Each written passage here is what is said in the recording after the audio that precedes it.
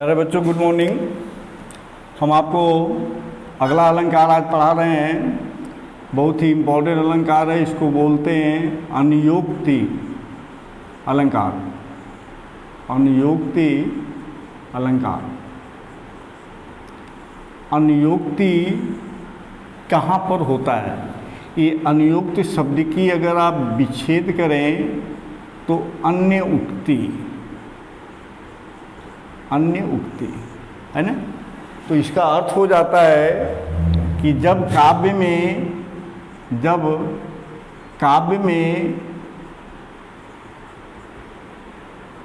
बात किसी के लिए कहा जाए, किसी के लिए कहा जाए, लेकिन वह लागू किसी और पर हो, लेकिन वह लागू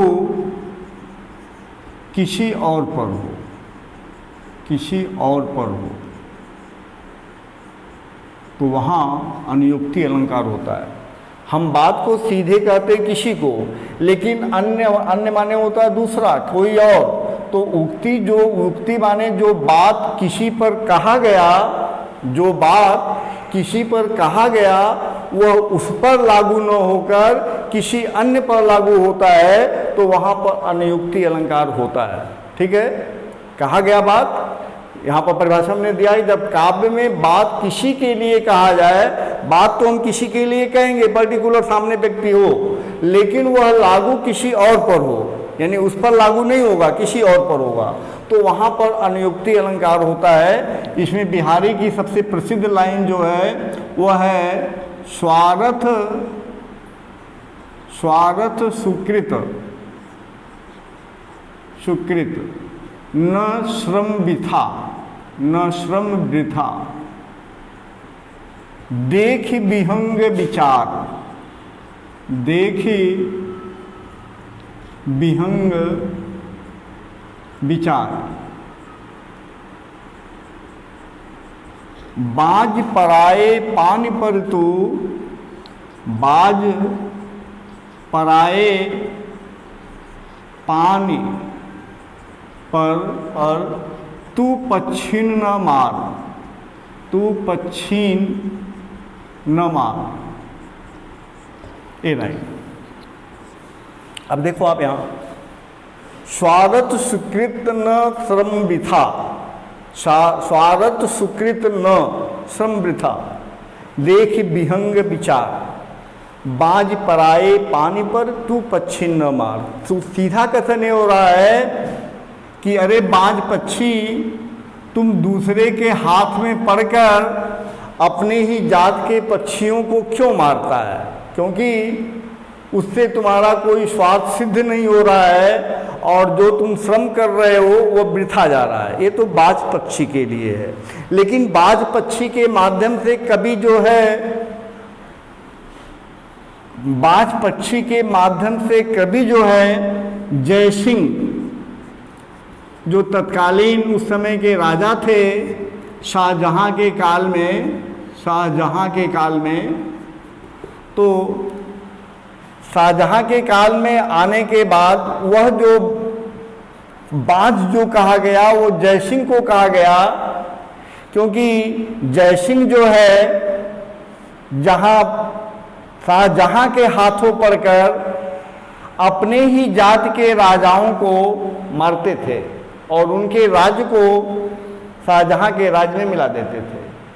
ठीक, तो जयसिंह जो है अपने ही देश के राजाओं को पर आक्रमण करके उनके राज्यों को जीतना और शाहजहां के राज्यों में मिला देना, तो इसमें कबीर ने बाज जो है ये जयसिंह के लिए अप्लाई किया, जयसिंह के लिए संकेत किया, तो कथन जो है तो बाज के लिए है, लेकिन यह लागू हो रहा है जयसिंह के लिए। तो कभी कहना चाहता है कि आप जो है, राजा जयसिंह को बोलता है कि आप जो है दूसरे यानी शाहजहां जैसे राजाओं के, दूसरों के हाथों में पड़कर अपने ही जात के राजाओं को मारकर आपका कोई स्वार्थ सिद्ध नहीं होता और आप जो श्रम कर रहे हैं वह वृथा हो रहा है। इसलिए हे विहंग, विहंग माने दूरदृष्टि वाले राजा जयसिंह, जरा विचार कर देखिए कि आपको अपने ही राज्य के, अपने ही देश के, अपने ही भाई और जाति वालों को, लोगों को मारकर आपका क्या फायदा मिल रहा है। उससे आपका स्वार्थ स्वीकृत नहीं हो रहा है, आप जो श्रम कर रहे हैं वो भी व्यर्थ जा रहा है। ये रहा। अब बाज को इंडिकेट किया गया लेकिन कथन गया जयसिंह पर। और देखो आप दूसरी लाइन देखो, करलय, करलय बहुत ही प्रसिद्ध लाइन ये भी है, करलय सुंगी सराही कै, सराही कै रहे सबय रहे गई मौन, सबय रहे गही मौन, गंधी, गंधी गंध गुलाब को, गवई गाहक कौन, गवई गाहक, गाहक कौन। अब यहाँ पर क्या है, करले शूंगी शराही के रहे सबय रहे गही मौन, अगंधी गंध गुलाब को, गवही गा। एक गंधी, गंधी का मतलब होता है इत्र बेचने वाला। तो जब इत्र बेचने वाला किसी गांव में गया और अपने इत्र को बेचने के लिए वहां पर जो ग्राहक थे उनके हाथों में लगाया, तो ग्राहक वालों ने, गांव वालों ने सूंघ सराही के, सूंघे और सराहना किए कि यार आपका इत्र तो बड़ा अच्छा है। लेकिन जब उसने कहा किसको किसको दें, तो बोल रहा है कभी कि रहे सबय रहे गही मौन, सभी जो है मौन हो गए, चुप हो गए। क्यों चुप हो गए? लेना नहीं था उनको।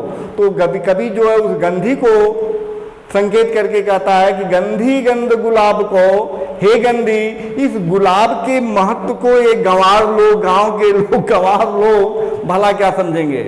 ठीक है, वही गाहक कौन, यानी यह संकेत किया गांव के गंवार लोगों पर, कभी ने यहाँ पर संकेत किया।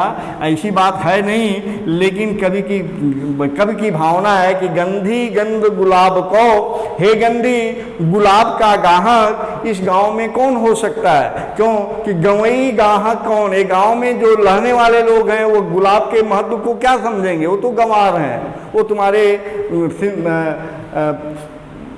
गंध को या इत्र को कहाँ से लेंगे। और जब इत्र लेने की बात आई तो सभी मौन हो गए। ठीक, तो यहाँ बात जो है कभी ने गांव वालों के लिए नहीं, गंधी को संबोधित करके कहा, लेकिन ये लागू होता है गांव के अनपढ़ गंवार लोगों के लिए। एक लाइन और देख लेते हैं, नहीं पराग मधुर मधु, नहीं मधुर मधु, नहीं विकास यही काल, नहीं विकास यही काल, अली कली ही सो विधो विंधो विध्यो, अली कर आगे कौन हवा, आगे कौन हवा। अब देखो यहाँ ये भी राजा जयचंद के लिए ही है, लेकिन कभी इसमें कह किसको रहा है, अली। अली का अर्थ होता है भौरा। कली माने वो पुष्प जो अभी विकसित नहीं हुआ है, अभी वो बंद है। ठीक है, तो अली कली ही सो विध्यो, अली माने भौरा, तुम कली से इस तरह से बिधे हुए हो, लिपटे हुए हो, उसमें संलग्न हो, तो अभी तुम्हारा ये हाल है तो आगे चलकर क्या होगा। अरे कली को फूल बनने दो, तो उसमें लपटते तो तुम्हें कुछ मिलता। क्यों? क्योंकि जब तक कोई पुष्प कली होता है उस कली में पराग नहीं होता, नहीं मधुर मधु, न तो उसमें उस पुष्प में कोई मधुरता होती है। है ना, नहीं विकास यही काल, और जब तक वो कली रहता है उसमें कोई विकास नहीं होता है। तो यह कथन भी राजा जयसिंह के लिए है। एक बार बिहारी राजा जयसिंह से मिलने गए तो मालूम हुआ कि जयसिंह किसी किशोरी के साथ शयन कक्ष में पड़े हुए थे। उन्हीं को देखकर वो मिले नहीं बल्कि एक पत्र लिखकर उनको चले आए, और उस पत्र पर ये लाइनिंग लिखी हुई थी, ये पंक्तियाँ लिखी हुई थी, जिस पर अली के माध्यम से कवि जयसिंह को संदेश दिया कि आप कली हैं, अली हैं, और इस तरह से अब विकसित कली में खिले हुए हैं, अब विकसित